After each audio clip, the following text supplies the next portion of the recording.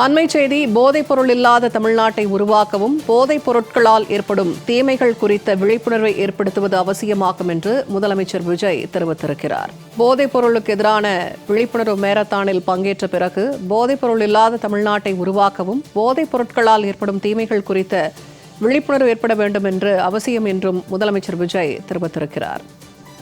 கல்வி, விளையாட்டு, திறன் மேம்பாடு போன்ற ஆக்கப்பூர்வமான செயல்பாடுகளில் இளைஞர்கள் ஈடுபட வேண்டும் என்றும் முதலமைச்சர் தெரிவித்திருக்கிறார்.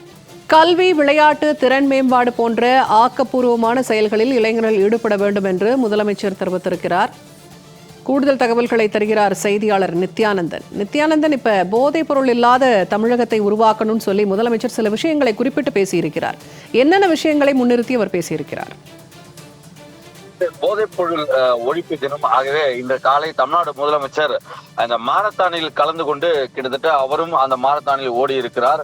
தமிழகம் என்பது போதைப் பொருள் இல்லாத ஒரு மாநிலமாக இருக்க வேண்டும் என்று தமிழ்நாடு முதலமைச்சர் ஒரு இலக்கு நிர்ணயித்து பயணம் செய்வது இதன் மூலமாக வெளிப்பட்டிருக்கிறது. இது மட்டுமல்லாமல் தற்பொழுது அவர் சமூக வலைதளம் மூலமாக பல்வேறு கருத்துக்களை தெரிவித்திருக்கிறார்.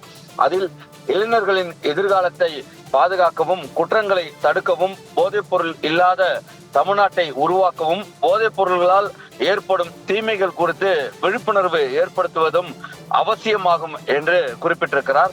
மேலும் கல்வி, விளையாட்டு, திறன் மேம்பாடு போன்ற ஆக்கப்பூர்வமான செயல்பாடுகளில் இளைஞர்களை ஈடுபடுத்துவதன் மூலமாக கடுமையான சட்ட நடவடிக்கைகள் மற்றும் சமூகத்தின் கூட்டு முயற்சி மூலமாகவும் போதைப் பொருட்களை ஒழித்து வலிமையான சமுதாயத்தை படைக்க முடியும் என்று ஒரு நம்பிக்கையை தமிழ்நாடு முதலமைச்சர் தெரிவித்திருக்கிறார்.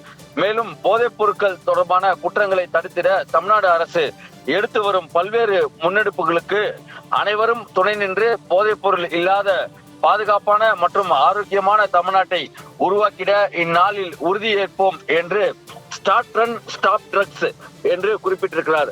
ஆகவே அவருடைய இந்த சமூக வலைதளத்துடைய இந்த கருத்து அடிப்படையில் பார்க்கும் பொழுது ஒரு இளைஞர் என்பவர் ஒரு ஸ்போர்ட்ஸில் இருக்க வேண்டும், போதைக்கு அடிமையாக வேண்டிய தேவை இருக்காது.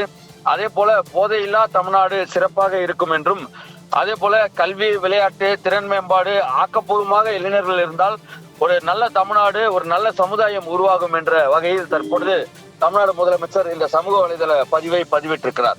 தகவல்களுக்கு நன்றி நித்யானந்தன்.